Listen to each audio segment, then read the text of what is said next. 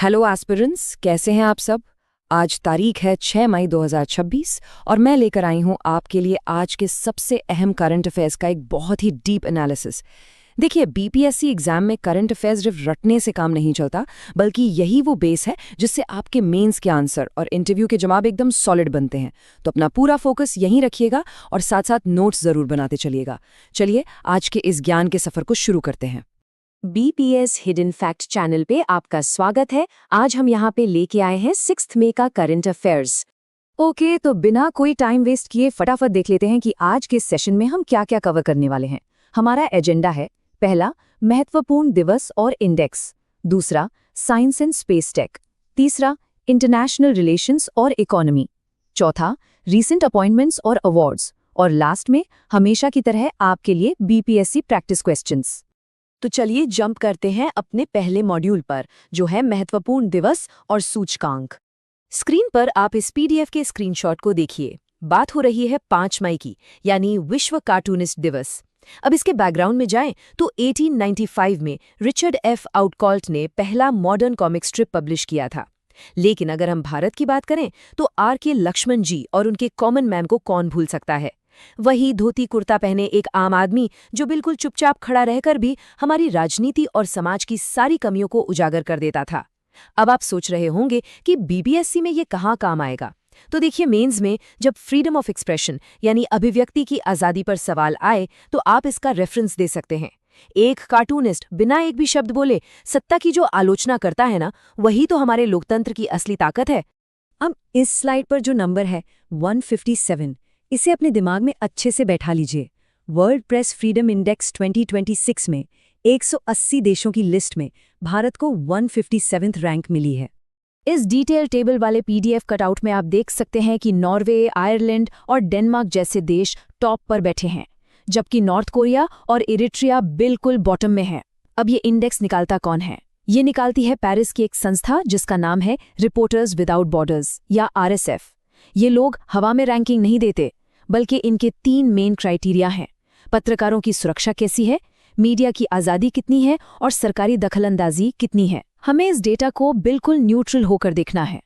तो एस्पिरेंट्स, इसे एग्जाम में कैसे यूज करना है? प्रीलिम्स के लिए तो एकदम डायरेक्ट फैक्ट्स हैं। संस्था का नाम आरएसएफ, हेडक्वार्टर पेरिस में और हमारी रैंक 157। लेकिन मेंस में जनरल स्टडीज पेपर 2 में मीडिया की स्वतंत्रता बनाम विनियमन की जो डिबेट आती है, वहाँ ये डेटा आपके बहुत काम आएगा। आपको एक बैलेंस्ड आंसर लिखना होगा कि भाई मीडिया की आज़ादी और उसकी जवाबदेही के बीच एक बैलेंस होना एक हेल्दी डेमोक्रेसी के लिए कितना क्रूशल है। चलिए अब बढ़ते हैं अपने दूसरे और बहुत ही स्कोरिंग सेक्शन की तरफ, साइंस एंड स्पेस टेक। ये पार्टनरशिप लिटरली एक गेम चेंजर है। इस पीडीएफ क्लिप में देखिए, एक तरफ है पिक्सल जो हमारा इंडियन स्पेस स्टार्टअप है और हाइपरस्पेक्ट्रल इमेजिंग में माहिर है, और दूसरी तरफ है सर्वम एआई। इन दोनों ने मिलकर पाथफाइंडर नाम का एक सैटेलाइट तैयार किया है। ये कोई नॉर्मल सैटेलाइट नहीं है, बल्कि ये भारत का पहला ऑर्बिटल डेटा सेंटर सैटेलाइट है।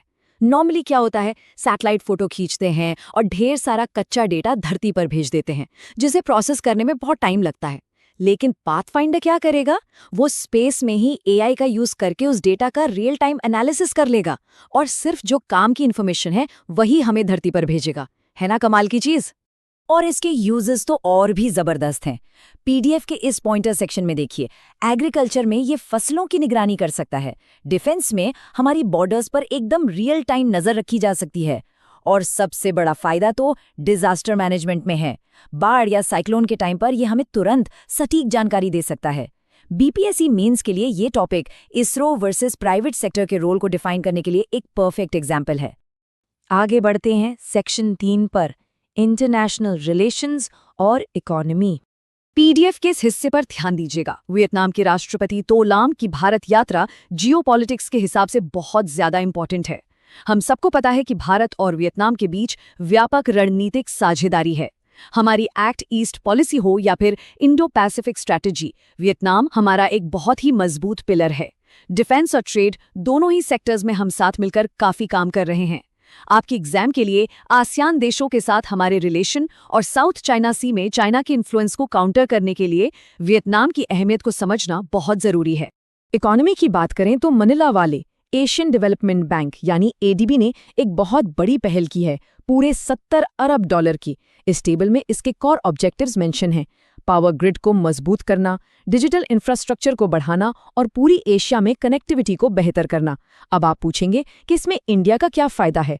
तो भाई, ये फंड हमारे इंफ्रास्ट्रक्चर डेवलपमेंट और खासकर जो हमारे रिन्यूएबल एनर्जी के बड़े-बड़े टारगेट्स हैं, उनको अचीव करने में हमें बहुत बड़ी फाइनेंशियल हेल्प देने वाला है। चलिए अब आते हैं सेक्शन 4 पर, जो है नियुक्तियां और पुरस्कार। यहाँ से सीधे सीधे फैक्चुअल सवाल बनते हैं।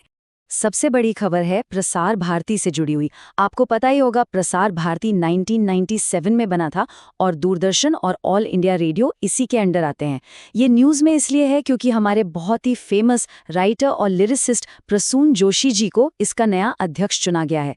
गवर्नमेंट की पॉलिसीज़ और कल्चरल प्रोग्राम्स को पब्लिक तक पहुंचाने में इसकी बहुत बड़ी भूमिका होती है। तो गवर्नेंस और मीडिया टॉपिक के लिए ये एक बहुत बढ़िया पॉइंट है। अवार्ड्स की बात करें तो इस पीडीएफ स्क्रीनशॉट में पुलित्जर पुरस्कार 2026 की सारी डिटेल्स दी गई हैं। ये अवार्ड जर्नलिज्म, लिटरेचर और म्यूजिक की दुनिया का one of the most prestigious award है, जो 1917 से अमेरिका में दिया जा रहा है, खासकर इन्वेस्टिगेटिव जर्नलिज्म के लिए। लेकिन हमें क्या याद रखना है?